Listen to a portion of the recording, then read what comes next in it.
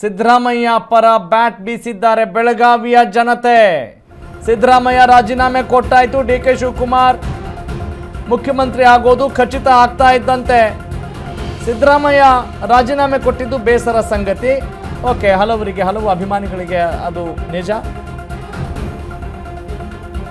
ಕರ್ನಾಟಕದಲ್ಲಿ ಇತಿಹಾಸ ಸೃಷ್ಟಿಸಿದಂಥ ಏಕೈಕ ಮುಖ್ಯಮಂತ್ರಿ, ಸುದೀರ್ಘ ಮುಖ್ಯಮಂತ್ರಿ, ಕೊಟ್ಟ ಮಾತನ್ನು ತಪ್ಪದೆ ನಡೆದ ಧೀಮಂತ ಮುಖ್ಯಮಂತ್ರಿ, ಇಲ್ಲೂ ಕೂಡ ನುಡಿದಂತೆ ನಡೆದಿದ್ದಾರೆ ಮುಖ್ಯಮಂತ್ರಿ ಎನ್ನುವ ಖ್ಯಾತಿ ಅವರಿಗಿದೆ. ಸಿದ್ದು ಅಧಿಕಾರದಿಂದ ಕೆಳಗಿಳಿದಿರಬಹುದು, ಜನರ ಮನಸ್ಸಿನಲ್ಲಿದ್ದಾರೆ. ಡಿಕೆಶಿ ಸಿಎಂ ಆಗ್ತಾ ಇರೋದು ಸ್ವಾಗತಾರ್ಹ ಅಂತ ಜನ ಹೇಳಿದ್ದಾರೆ. ಇನ್ನು ಇವ್ರ ಬ್ಯಾಟಿಂಗ್ ಹೇಗಿರುತ್ತೆ, ಎಷ್ಟು ಸ್ಕೋರ್ ಮಾಡ್ತಾರೆ ಅನ್ನೋದು ಕೂಡ, ಡಿಕೆ ಶಿವಕುಮಾರ್ ಅವರ ಪರ್ಫಾರ್ಮೆನ್ಸ್ ಯಾವ ರೀತಿ ಇರುತ್ತೆ ಅನ್ನೋದು ಕೂಡ ಅಷ್ಟೇ ಕಾದು ನೋಡುವಂಥ ಪರಿಸ್ಥಿತಿ ನಿರ್ಮಾಣವಾಗಿದೆ. ಸಿದ್ದರಾಮಯ್ಯ ರಾಜೀನಾಮೆ ಕೊಟ್ಟಿದ್ದು ಬೇಸರ ಮತ್ತು ಡಿಕೆ ಶಿವಕುಮಾರ್ ಸ್ವಾಗತಾರ್ಹ ಅವರು ಮುಖ್ಯಮಂತ್ರಿ ಆಗಿದ್ದು ಅನ್ನೋದು ಕೂಡ ಇಲ್ಲಿ ಕೇಳಿಬರ್ತಾ ಇದೆ.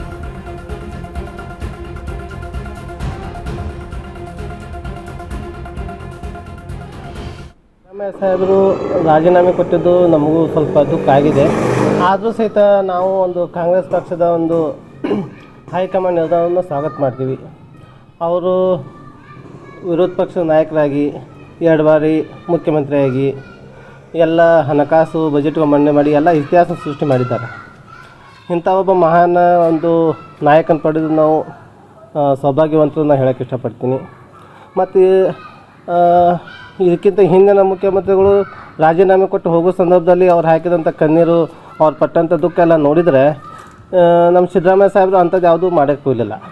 ಅವರು ತುಂಬ ಶಕ್ತಿಯುತವಾಗಿ ಯಾವುದೋ ರೀತಿಯಂಥ ಒಂದು ಆಸ್ಪದ ನೀಡಿದ ಸಂತೋಷವಾಗಿ ಹೈಕಮಾಂಡ್ ನಿರ್ಧಾರವನ್ನು ಸ್ವಾಗತಿಸಿ ಒಂದೇ ಮಾತದಲ್ಲಿ ಯಾವುದೇ ರೀತಿ ಕರ್ನಾಟಕದಲ್ಲಿ ಒಂದು ಯಾವುದೇ ಗದ್ದಲ ಏನೂ ಇಲ್ಲದೆ ಸಂತೋಷದಿಂದ ರಾಜೀನಾಮೆ ಕೊಟ್ಟು ಬಂದಿದ್ದು ನೋಡಿದರೆ ನಮಗೊಂಥರ ಹೆಮ್ಮೆ ಅನಿಸುತ್ತೆ. ಇದು ಹೈಕಮಾಂಡ್ ನಿರ್ಧಾರ.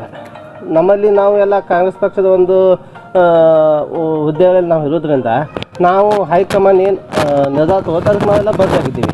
ಅದು ಡಿ ಕೆ ಆಗಲಿ, ಬೇರೆ ಯಾರಿಗೇ ಆಗಲಿ, ಸತೀಶ್ ಜಾರಕಿಹೊಳಿಗೆ ಆಗಲಿ, ಯಾರಿಗೇ ಸಹಿತ CM ಸ್ಥಾನ ಕೊಟ್ಟರು ನಮಗೆ ಸಂತೋಷ ಇದೆ.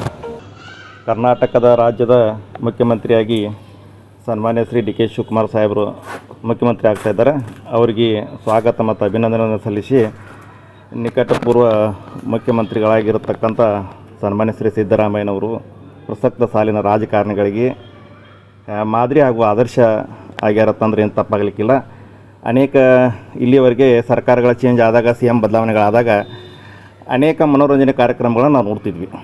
ಇವತ್ತು ಸಿದ್ದರಾಮಯ್ಯನವರು ಅವ್ರಲ್ಲಿ ಹೆಸರು ಸಿದ್ಧ ಮತ್ತು ರಾಮ ಎರಡೂ ಜೀವನದಲ್ಲಿ ಅಳವಡಿಸ್ಕೊಂಡು ಬುದ್ಧ, ಬಸವ, ಅಂಬೇಡ್ಕರ್ನ ಎಲ್ಲ ತತ್ವ ಆದರ್ಶಗಳನ್ನು ತಮ್ಮ ಜೀವನದುದ್ದಕ್ಕೂ ಪಾಲಿಸಿಕೊಂಡು ಬಂದು ಇಲ್ಲಿಯವರೆಗೂ ಅದೇ ಆಧಾರದಲ್ಲಿ ಅತ್ಯಂತ ಮುಗುಳುನಗೆ ಮುಖಾಂತರ ತಮ್ಮ ಹುದ್ದೆಗೆ ರಾಜೀನಾಮೆ ಕೊಟ್ಟು ಮುಂದೆ ಬರ್ತಿರ್ತಕ್ಕಂಥ ಮುಖ್ಯಮಂತ್ರಿಯವರಿಗೆ ಎಲ್ಲ ಶಾಸಕರು, ಸಚಿವರು, ಮುಖಂಡರು, ಕಾರ್ಯಕರ್ತರು, ಪಕ್ಷದ ಹಿತೈಷಿಗಳು ಅವ್ರಿಗೂ ಸಹಕಾರ ಕೊಡಿ ಅಂತ ಅತ್ಯಂತ ವಿಶಾಲ ಹೃದಯದ ಮಾತುಗಳನ್ನು ಆಡಿ ಇವತ್ತು ನಿರ್ಗಮಿಸುತ್ತಿರುವುದು ಅವ್ರಿಗೆ ನಾವು ಏನು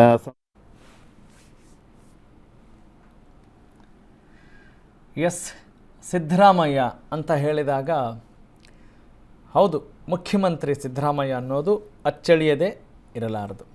ಅವರು ಅಧಿಕಾರದಿಂದ ಇಳಿದಿರಬಹುದು, ಆದರೆ ಹೃದಯದಲ್ಲಿ ಅವರು ಎಲ್ಲರ ಮನಸ್ಸಿನಲ್ಲಿದ್ದಾರೆ, ಹೃದಯದಲ್ಲಿದ್ದಾರೆ, ಆ ಸಿಂಹಾಸನವನ್ನು ಅಲಂಕರಿಸಿದ್ದಾರೆ.